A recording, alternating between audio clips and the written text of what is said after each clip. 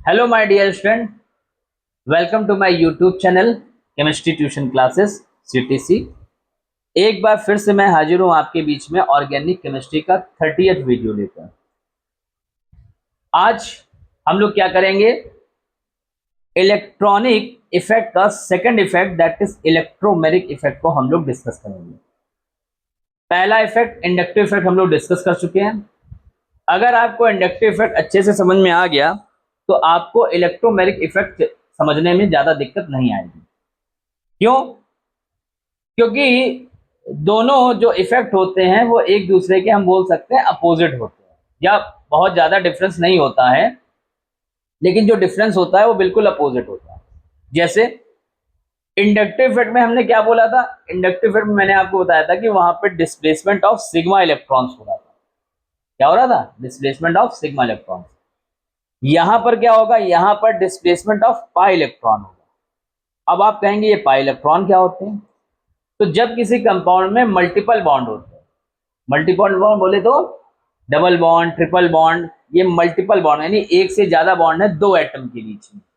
ध्यान रखना, दो एटम के बीच में सिंगल बॉन्ड से ज्यादा यानी डबल बॉन्ड या ट्रिपल बॉन्ड। जैसे एल्कीन में इस दो कार्बन के बीच में डबल बॉन्ड है, एल्काइन में इन दो कार्बन के बीच में ट्रिपल बॉन्ड है, कार्बोनिल कंपाउंड्स में कार्बन और ऑक्सीजन के बीच में डबल बॉन्ड है, साइनाइड में कार्बन और नाइट्रोजन के बीच में ट्रिपल बॉन्ड है। तो ये मल्टीपल बॉन्ड होते हैं। तो अगर कहीं पर डबल बॉन्ड है, जैसा कि आप लोग जानते होंगे, तो उसमें एक पाई होता है और एक सिग्मा होता है। ट्रिपल बॉन्ड है तो उसमें बेटा दो पाई होते हैं और एक सिग्मा होता है। डबल बॉन्ड में बताया आपको एक पाई एक सिग्मा, इसमें दो पाई एक सिग्मा। तो जो पाई बॉन्ड होते हैं, यानी पाई बॉन्ड मतलब डबल बॉन्ड में जो एक आपका पाई बॉन्ड होता है वो पी ऑर्बिटल्स की साइड वाइज ओवरलैपिंग से बनता है। और जब पी ऑर्बिटल्स की साइड वाइज ओवरलैपिंग होती है तो वो कंपैरेटिवली थोड़ी सी क्या होती है, वीक होती है। ठीक है ना? यानी उनके इलेक्ट्रॉन्स एक दूसरे से कंपैरेटिवली क्या होता है, लेस फोर्स ऑफ अट्रैक्शन से क्या होते हैं, बाइंड होते हैं।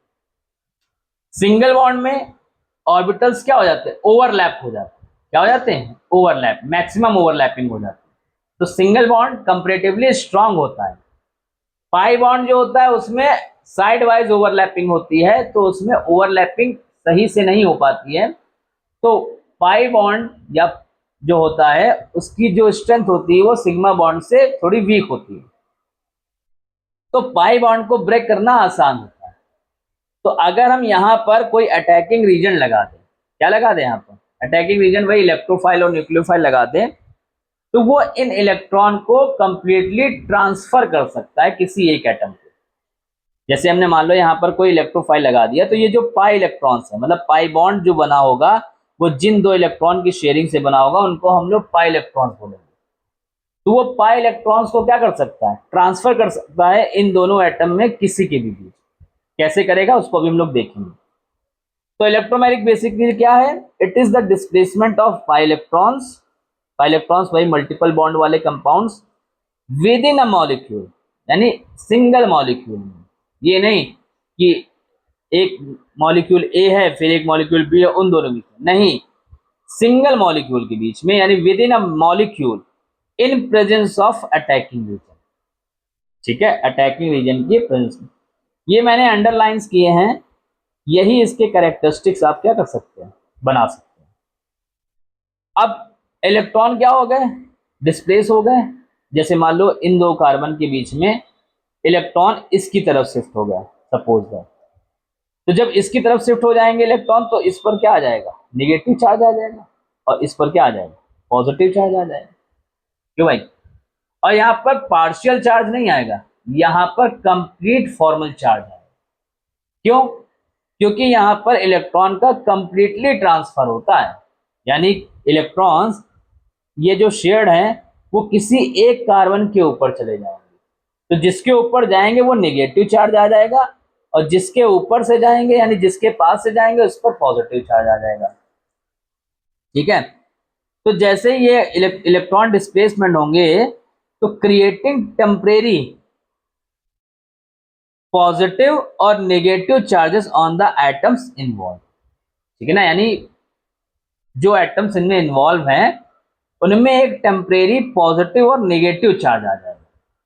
टेम्परेरी टेम्परेरी इसका मतलब ये हुआ कि जो इलेक्ट्रोमैग्नेटिक इफेक्ट होता है वो एक टेम्परेरी इफेक्ट होता है, यानी जब तक अटैकिंग रीजेंट रहेगा तब तक आपको ये इफेक्ट देखने को मिलेगा, और जैसे ही हम अटैकिंग रीजन हटा लेंगे तो फिर से इलेक्ट्रॉन अपनी जगह आ जाएंगे, यानी ये इलेक्ट्रोमैग्नेटिक इफेक्ट क्या हो जाएगा, खत्म हो जाएगा। तो ये जो पॉइंट मैंने आपको करेक्ट अंडरलाइन किए हैं यही आप करेक्टरिस्टिक, और आगे चल के इंडक्टिव इफेक्ट से यही आप डिफरेंस बना सकते हैं। जैसे इंडक्टिव इफेक्ट में मैंने बताया था कि वो क्या होता है, इंडक्टिव इफेक्ट एक परमानेंट इफेक्ट होता है। क्यों? क्योंकि वहां पर जो इलेक्ट्रॉन डिस्प्लेस होता है वो इलेक्ट्रोनेगेटिविटी के बेसिस पर होता है, वहां पर अटैकिंग रीजन की रिक्वायरमेंट नहीं होती है, यहां पर अटैकिंग रीजन की प्रेजेंस में होता है। तो जब वहां पर अटैकिंग रीजन की रिक्वायरमेंट नहीं है तो अटैकिंग रीजन हो या ना हो उससे कोई फर्क नहीं पड़ता, इसलिए वो एक परमानेंट इफेक्ट है। जबकि यहां पर जो इलेक्ट्रॉन डिस्प्लेस होता है वो in the presence of attacking region, और जैसे ही हम अटैकिंग रीजन की प्रेजेंस को हटा लेते हैं फिर से इलेक्ट्रॉन अपनी जगह पहुंच जाते हैं। ये है इलेक्ट्रोमैग्नेटिक। अब बात ये आती है कि अटैकिंग रीजन तो दो टाइप के होते हैं, इलेक्ट्रोफाइल और न्यूक्लियोफाइल, तो उन्हीं के बेसिस पर हम इलेक्ट्रोमैग्नेटिक इफेक्ट का क्लासिफिकेशन भी कर सकते हैं। यानी इलेक्ट्रोमैग्नेटिक इफेक्ट भी क्या होगा, दो टाइप के हैं, प्लस ई इफेक्ट और माइनस ई इफेक्ट।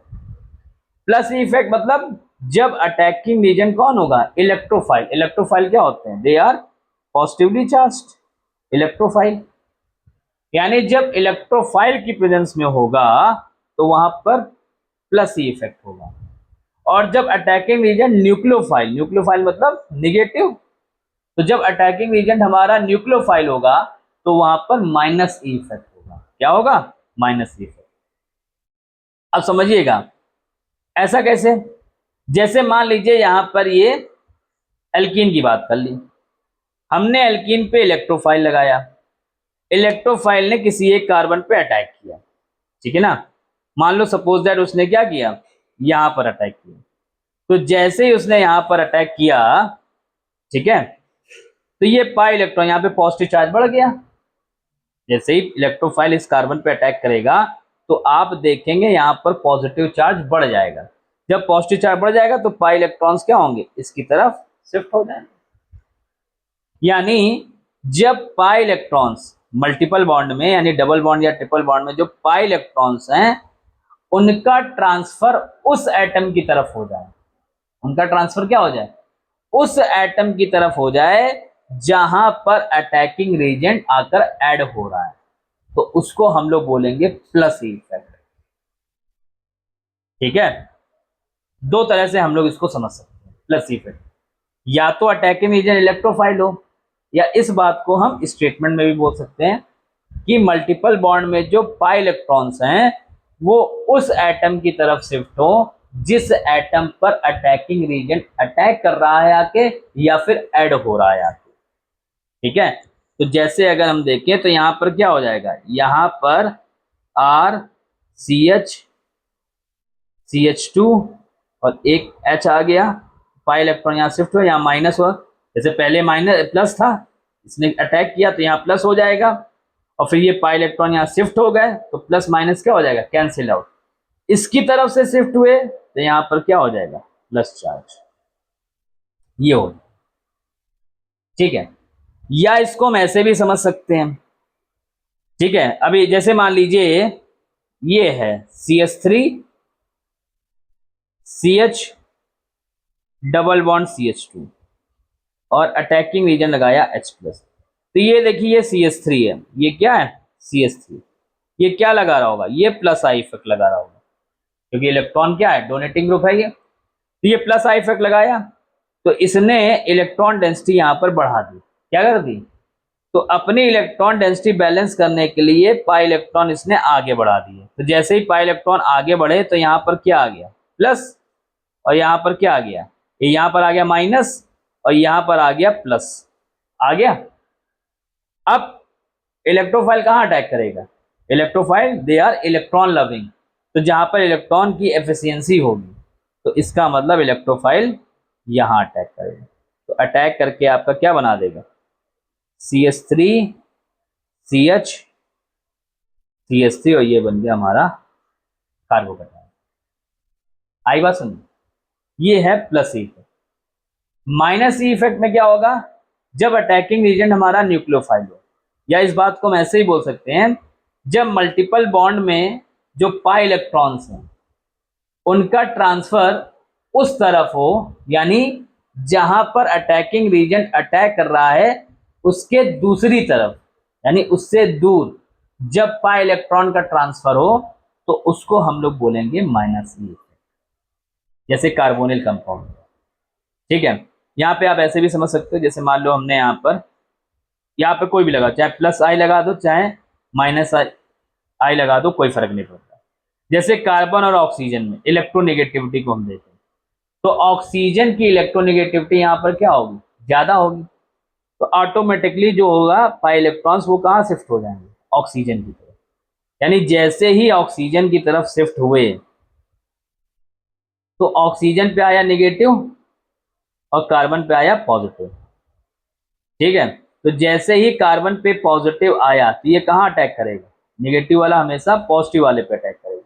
यानी जैसे ही यहाँ पर ये अटैक करेगा तो ये बन जाएगा हमारा साइनाइड, ये हो गया, और O माइनस हमारा ऐसे। अब यहाँ पर इलेक्ट्रोफाइल अटैक कर देगा। ठीक है, तो ये माइनस ई इफेक्ट क्या हो गया, यानी जब पाई इलेक्ट्रॉन उस तरफ शिफ्ट हो रहे हैं जहां पर अटैकिंग रीजन अटैक कर रहा है तो प्लस ई, यानी यहां पर जो अटैकिंग एजेंट होगा वो हमेशा इलेक्ट्रोफाइल होगा। और जब पाई इलेक्ट्रॉन उस तरफ, यानी अटैकिंग रीजन जहां पर अटैक कर रहा है उसके दूसरी तरफ, ठीक है ना, शिफ्ट हो रहे हैं तो वहां पर माइनस ई। ठीक है, यानी यहां पर अटैकिंग रीजन हमेशा न्यूक्लियोफाइल। आगे बात सुन लो, कोई दिक्कत यहाँ पर आई होप आपको होनी नहीं चाहिए। अगर आपको दिक्कत महसूस हो रही है, कहाँ पर हो रही है, तो आप कमेंट करके पूछ सकते हैं, और या फिर आप वीडियो को दोबारा देख सकते हैं। मैंने बहुत इजी लैंग्वेज में आपको बताने की कोशिश की है। अब हम क्या करेंगे, इसका डिफरेंस देखेंगे इंडक्टिव इफेक्ट और इलेक्ट्रोमैग्नेटिक इफेक्ट से। दोनों इफेक्ट पढ़ लिए, जरा दोनों का हम कंपेरिजन कर देंगे।